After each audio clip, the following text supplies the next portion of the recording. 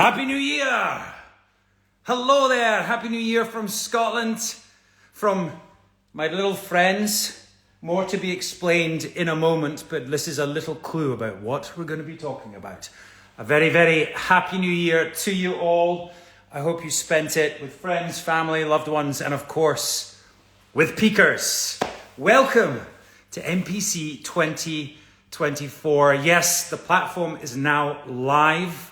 I'm really excited. This year we have a brand new platform. We have so much to offer you guys.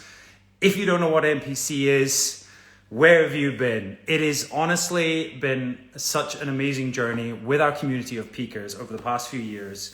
We have essentially a group of people who are helping themselves while helping others. It's really simple. So we have an online forum, we have workouts, mindfulness, meditation, new coaches, new workouts, but at the same time, we are also raising money for charity. And over the years, MPC and our amazing peakers have raised over $7 million for our chosen charities. We have gone to different charities, we've supported different charities and their vital work that they do, from Bloodwise, from blood cancer research to global food banking, Marie Curie cancer hospice care, One Tree Planted. We even had peakers planting trees. Ocean Conservancy last year, which was an amazing charity to support protecting the world's oceans and waterways. Well, here we are. Why are we here? I'll tell you why we're here. This little guy probably started me on this journey many years ago when I was only this high, probably the same height as him. We've listened to our peakers, and you guys came back very clear with the charity you wanted to work with, and I'm so pleased to announce, finally, if you didn't guess it, yes, the World Wildlife Fund for Nature. They are an incredible charity. I've always wanted to do this, so I'm going to do this. Here we go! Getting undressed live on Instagram. It's one of those amazing days. Isn't this incredible? I'm going to invite on Nikhil Advani, the Senior Director of Wildlife and Climate Research. He's going to tell us more about this incredible charity. They are in over 100 countries around the world. They have 1.3 million supporters in the US, over 5 million worldwide. I cannot wait for you guys to meet Nikhil, and we're going to discuss more about the incredible work that they do and how you guys can get involved with MPC. So let me see if the technology is working. Here we go.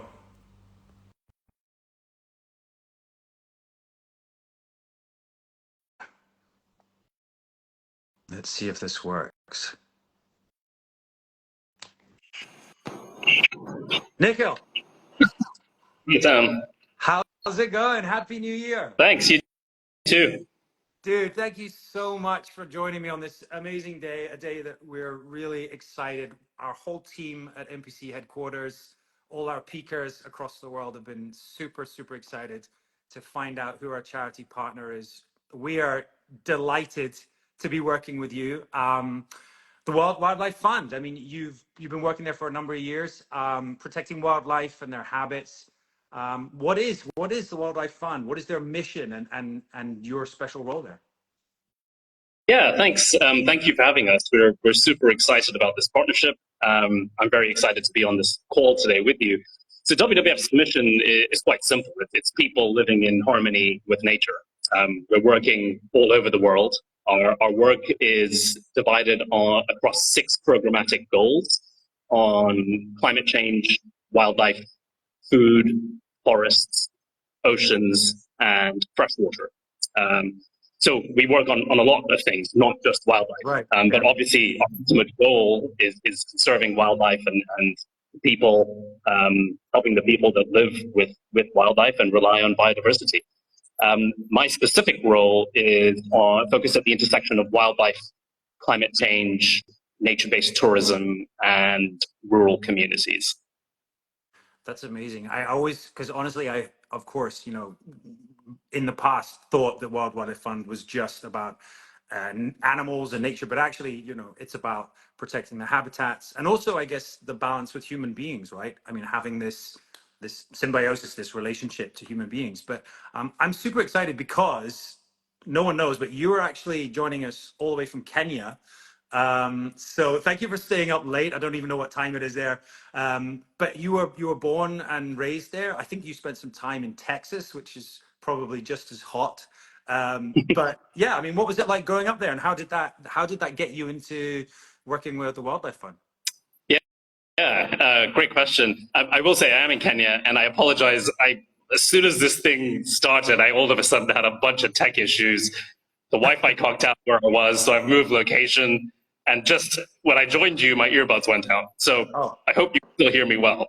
it's okay. I'm well known for being absolutely terrible with technology, and I'm sure mine will stop working as well. I mean, Scotland is probably in the same kind of bracket as reliability for power outages. But yeah, I mean, yeah. What sort of gave you the passion to get into it? Was it being brought up in Kenya? Was it like just being around nature in an incredible environment? Yeah, 100%. You know, here in Kenya, we have some of the most amazing biodiversity on Earth. We've got world-renowned national parks like Masai Mara. I'm actually on the coast right now, the Kenyan coast, but even here we have amazing biodiversity, marine life. There's coastal forest with colobus monkeys and other primates, and the landscapes are just stunning as well. You know, you have semi-arid, arid environments. You have rainforests, high montane environment. And as a kid, we'd go to the national parks all the time. And that really cemented my love of nature and wildlife. And then at some point, I somehow got lucky and fell on this sort of career track. And everything fell in place. And now I've been at WWF for over 11 years. Wow. Sorry, over 10 years. Wow. Yeah. I mean, it is. I mean, I've never been to Kenya, but I've been to South Africa, but it's such a diverse place. But I think the reason why the Peakers were really excited about working with you guys is that you're so far reaching, as we said, over 100 countries. And it's not just nature, it's also dealing with the waterways and the forests and the food systems. What are I guess the key issues that we're facing? I mean, I'm guessing the big seat, right? Climate change is probably the big one, right? But what are the issues raised also affecting, I guess, wildlife? Yeah. When we talk about the major crises at the moment, we talk about the climate and biodiversity crises. So climate change, climate change has been, humans have had an impact on changing Earth's climate since it was first documented in the late, it was about 1896. This guy called Svante Arrhenius was the first person to suggest that human emissions of greenhouse gases were leading to global warming. So it's something that we've known about for a long, long time. And as you well know, the impacts are getting worse and worse. And then in parallel to that, it's the biodiversity crisis. We are losing species, ecosystems at a very, very rapid rate around the world. And all of these things are essential for humankind's survival on Earth. We need biodiversity for the clean water that we drink, the air that we breathe, the food that we grow, things like pollinators. It's what we call ecosystem services. These services we get from nature. You wouldn't believe the value of pollinators. It's in the estimates out there that it's in the hundreds of billions of dollars.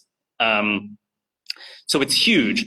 And we are in a crisis, so much so that we now think we're actually in the midst of a mass extinction. There's been 5 mass extinctions since Earth was formed. And we think that we are now in the midst of a 6th extinction being driven by human activities. I mean, it's very sobering to hear that. And I think, we're all very aware. I mean, you look around the world with the climate, the extreme climate weather we're having. And then to hear, that we are, in this extinction is terrifying. And I think, me personally, I travel a lot. I'm always very aware, that travel for work is difficult, and I'm also adding to the problem, right? So I try and offset it. But are there any other ways that we can help? We can make a difference individually and also as a community, I guess. Yeah, very, very good question. I mean, travel is often made the scapegoat, right, for climate emissions. Yeah. And sure, air transport is a big contributor to it. But the truth is, there's certain things that are hard for us to give up. Like you, I travel a lot for work as well. But there's many other ways that you can then cut back on your footprint, right? And you just have to find a balance between that. So, for example, in DC, where I live for most of the year, I walk to work every day. It's a half-hour walk each way. That makes a huge difference rather than sitting in a car and driving. Keeps you fit as well, right? Yeah, get your steps in. Yeah. You can make sure that you switch to energy efficient appliances. Be very particular about saving water. That's a huge part of the climate crisis. Water scarcity. The things that we eat. There's reusing things, reducing your packaging waste. There's so many different ways that you can make a difference. And so if you are like you, where you travel a lot, fine, that's maybe a given. But there's many other ways that you can reduce your footprint. Oh, I love that. That's really good to hear. And actually, working even last year with the Ocean Conservancy, talking to them about, how we can have an impact on the oceans. And it was similarly, like using reusable bottles or being aware of what materials can be recycled and what can't. But I love that, perhaps, finding alternate ways to travel. And of course, energy saving lights, all that sort of thing, turning off appliances in the evening. They're small things, but I guess as an individual, we can make an impact. And then as a community as well. And I think our peakers are, desperate to get involved. They are brilliant. They jump on board with every charity we work with. So I can't wait to see them do that. But it is important, though, to spread awareness. So what is the WWF doing to address this? I mean, how are they helping communities all around the world? Yeah. Okay. Well, how much time do we have?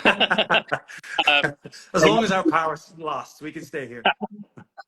Well, I mentioned the 6 programmatic areas that we work across, right?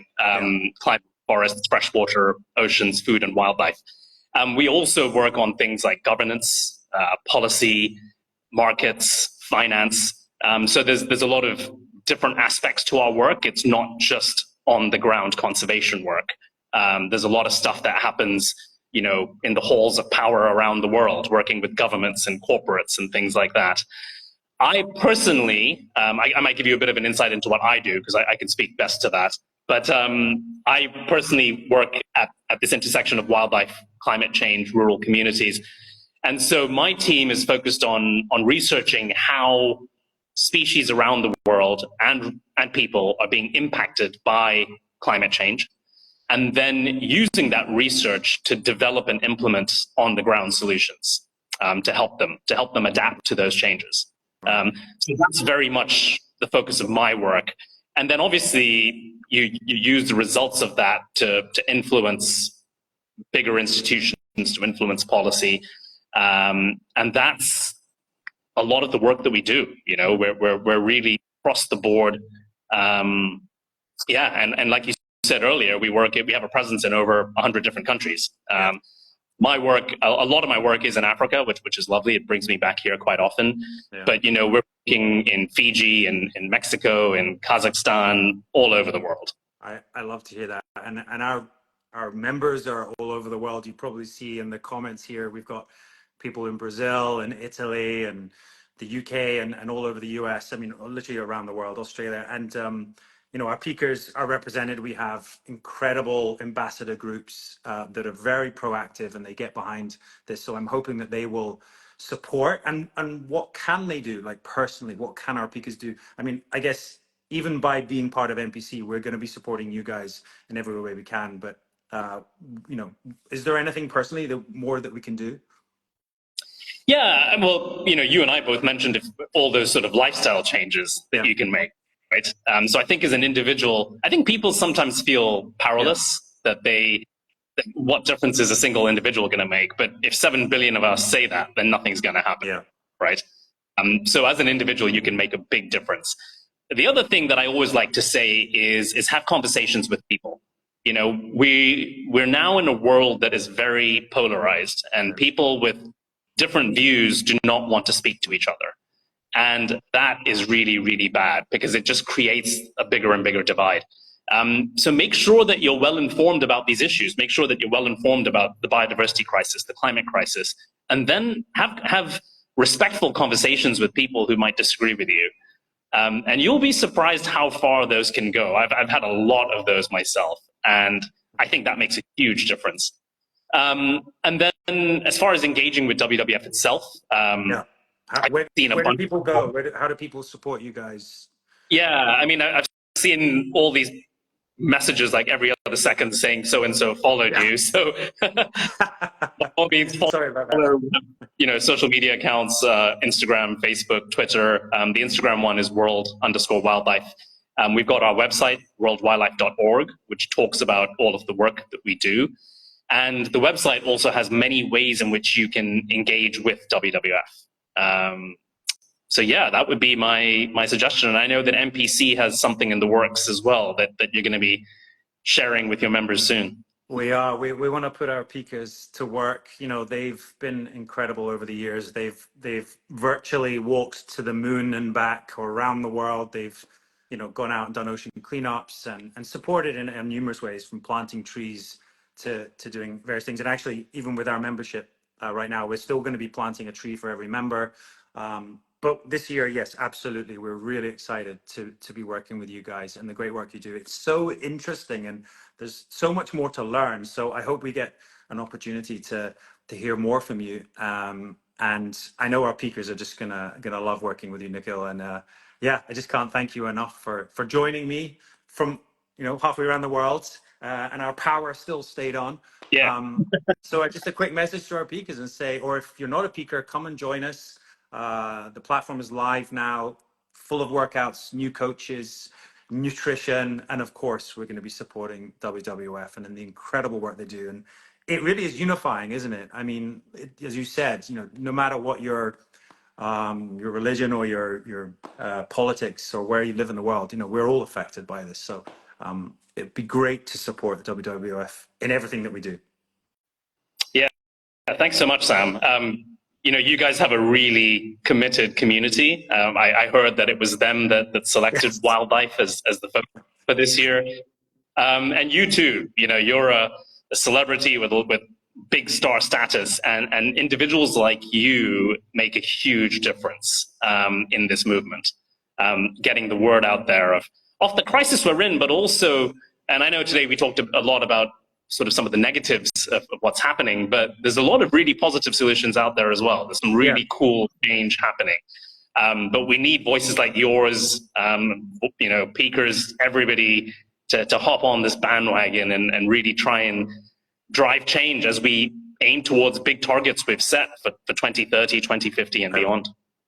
Love that. I think our peakers really love a challenge, and I'm going to challenge them along with you to support as much as they can. And yeah, I mean, I think you're right. We're in a point where the world needs to change. Our habits need to change. That's what MPC is about. Our peakers are changing their habits for the better, to build healthier lifestyles. I can't wait to support you. I've got this. I think this says it all. The panda made me do it.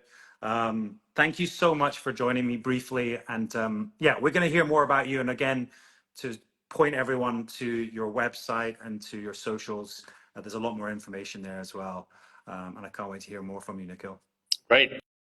Thanks, Sam. Thanks for having me. Thanks so much. And thank you to everyone for joining us. See you in 2024. Let's do this. Thanks, buddy. Bye-bye.